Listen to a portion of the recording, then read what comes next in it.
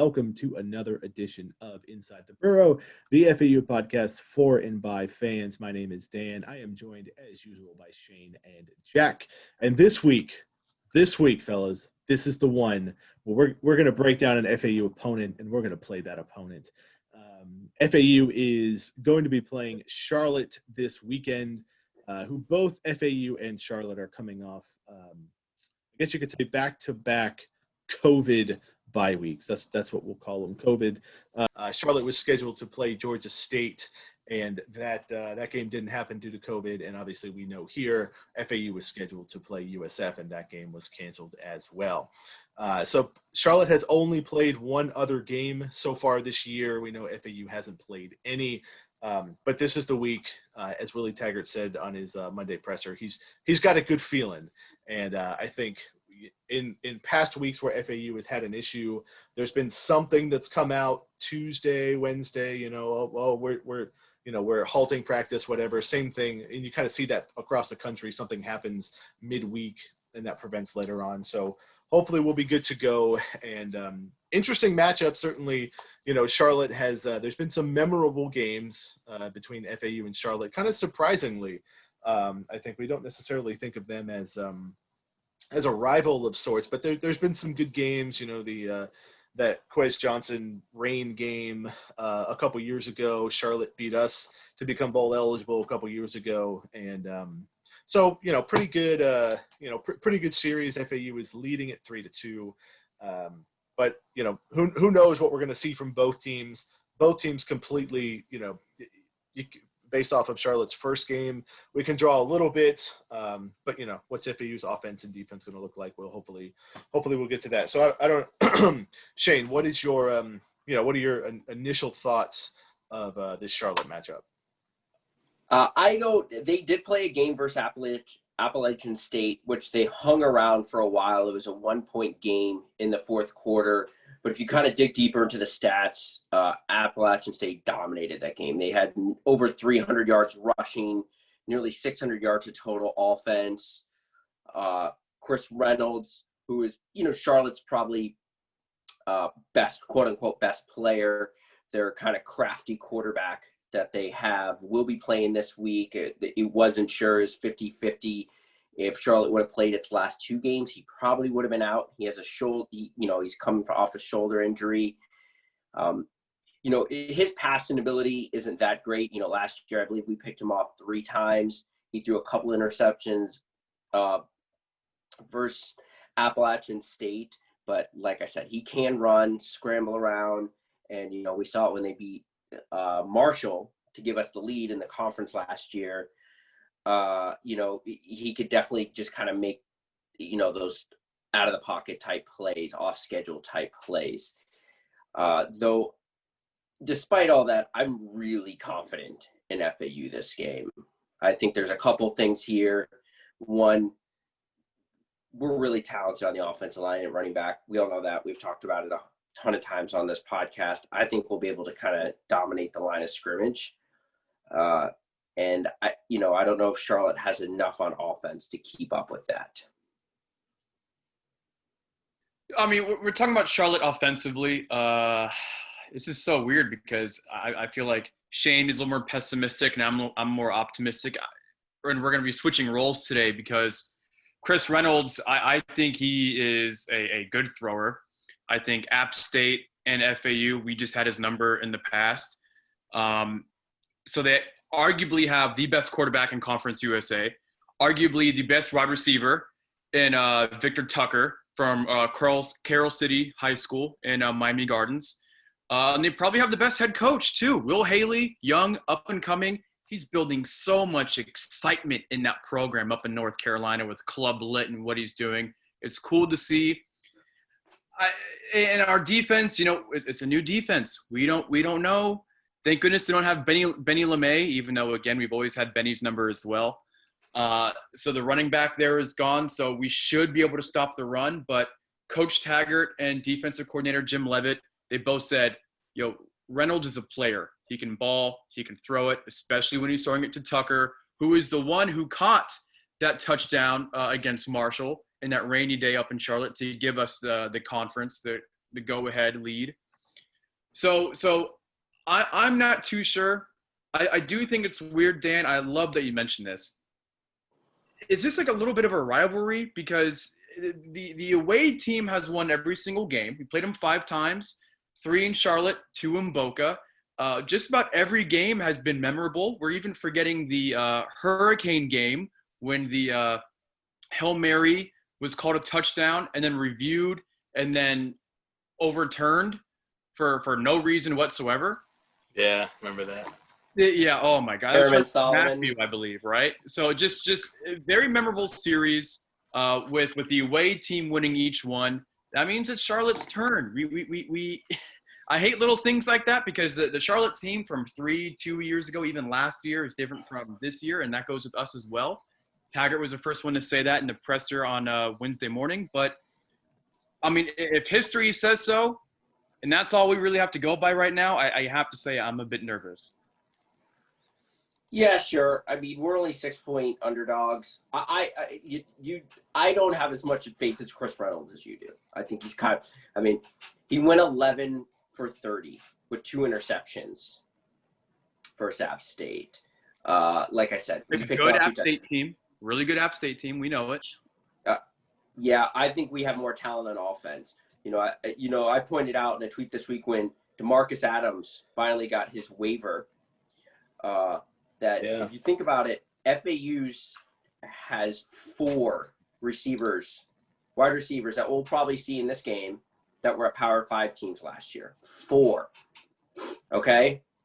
And that doesn't even include Willie Wright and LeJohntay Hester, who's a freshman has been talked about. And that doesn't even include Michael Irvin Jr. So that's technically 5 pass catchers who are at Power 5 schools last year. Okay?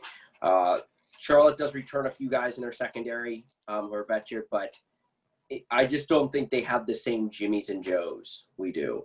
We can talk about Will Healy and him, doing flickering the lights in the locker room all we want, but in the end, they're just not as good as a football team. And when you allow 300 yards rushing to App State's a good football team, but they don't have B.J. Emmons, they don't have Malcolm Davidson, they don't have Larry McCammon. And again, the veteran offensive line, they do have a nice running back. The way this game does get away from us is the way, Jack kind of pointed out.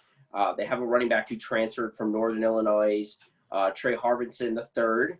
He averaged over 5 yards a carry versus App State. But other than that, I just, and Vic Tucker, I don't see where the threats are. So, this is, if FAU forces a couple turnovers, which will kind of always the key in every football game, I think we can kind of run away with this one. Yeah, I think, Shane, the biggest advantage, I think, for us, obviously you point out the wide receivers, but it is going to be the running game.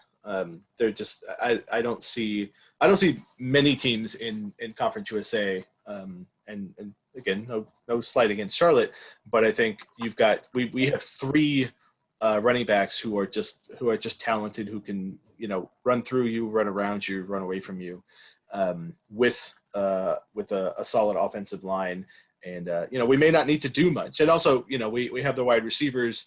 Hopefully they'll be able to get more separation, make things easier for Nick Tronti, who now will be called upon to have a little bit bigger role in the passing game, which last year he, largely was a running quarterback. We could end up rushing for 300 yards as a team this game. I wouldn't be surprised. I wouldn't be surprised to see that. So I also kind of expect, and Jack, I didn't think of this because, you're on the press conferences and, or you re-listen to the sound kind of after the 2 last cancellations. This is a team that just obviously really wants to play. And I think they're going to come out with just kind of this, almost in a way where like a team takes a bad loss and they just come out the next week with like a little extra motivation, almost that bad taste in their mouth. I think they're going to kind of come out with that like hair on fire type mentality just because they haven't played. Willie Taggart feels like they've been in spring practice for 2 months. So I just think that kind of want to go out and hit somebody else is going to be we're gonna have a really motivated football team. This isn't a team that's gonna be. If this was normally our first conference game, we'd have just played a full slate of conference schedule, and it's one of those where maybe Charlotte in a week pops up and gets you. And we're home. I would say that's another. Being at home, I think it's a big thing too. Yeah. Well, I mean, like we pointed out, the away team is 5-0 in this series, which is kind of crazy. So hopefully we can break that streak. Jack, do you remember how long the field goal was in 2018? Long enough to trigger me still to this day. I think it was 58 yards. It was ridiculous from a true freshman. And by the way, I forgot his name, Cruz or something. He was not good last year. And it's like, how FAU is that this true freshman kicks this bomb to prevent us from going bowling, and the very next year he goes like 500. Yeah, well, that's college kickers for you. So Shane's favorite right there. But and also because we're talking about our three running backs, and I know now I'm triggered thinking about that field goal, and I want to trigger Shane back at this because there's probably only one running back in Conference USA that's better than our third string running back, and I'm not going to say his name, but he plays for a team that wears green in West Virginia. And I get triggered too, that being said, but he has been playing well. But I think that's a threat, and I think that's where we're going to have to win this game is by using our depth at running back by committee. Whoever has the hot hands, hot legs, I guess you could say, we're just going to have to just pound it down their throat. I'm excited to watch our O-line. Yeah. They've been talked a lot about camp. There's young guys who hopefully we could see, but I think there's depth on that O-line. I like the way they've moved around guys.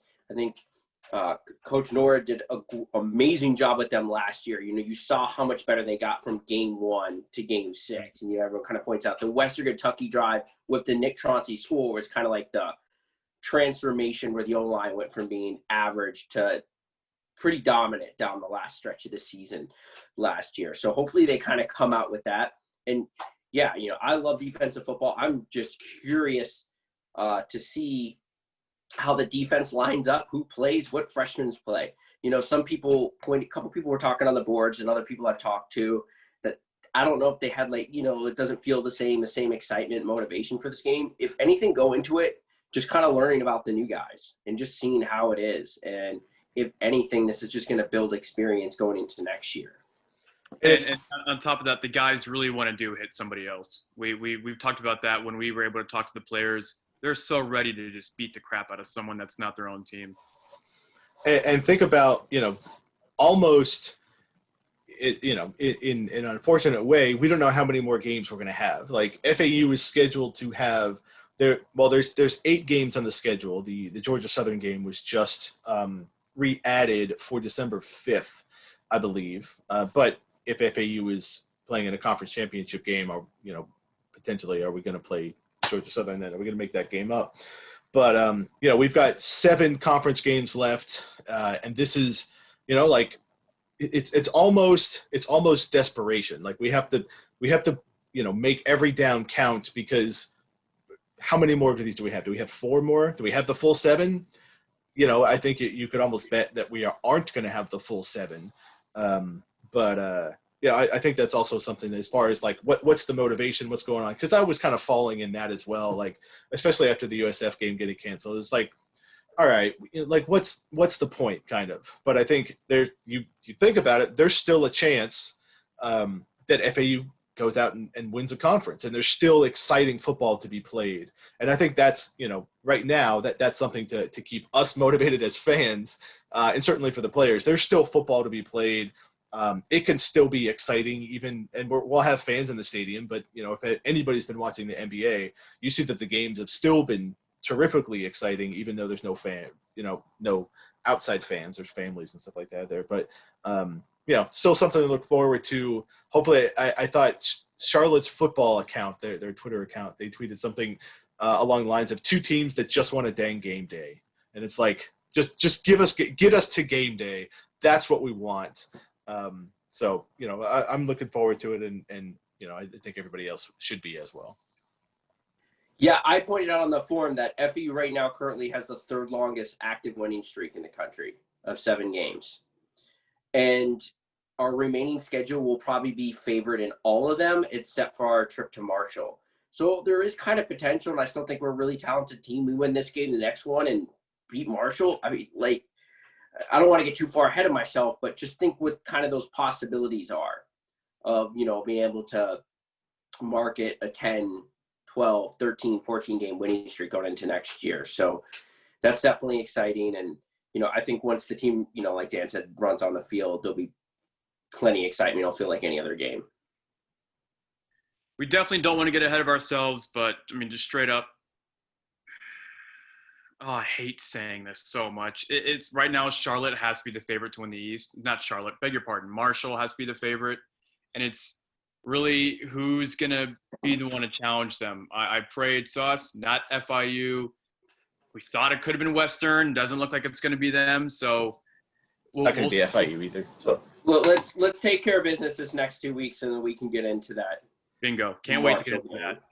Let's win and let's get into that because I have so many things in my arsenal ready to go.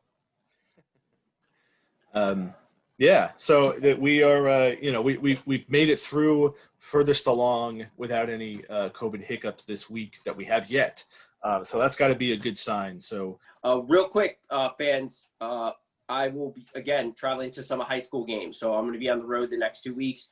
This Friday, if you're listening to this game before this podcast, before Saturday, Friday night, I'll be checking out 2021 defensive end commit Julius Barfield. And then next week, I will be making a further trip, you know, close to Georgia to check out a couple FAU commits. So stay along with the FAU Owl's Nest. As always, I'll post videos and stories from those games.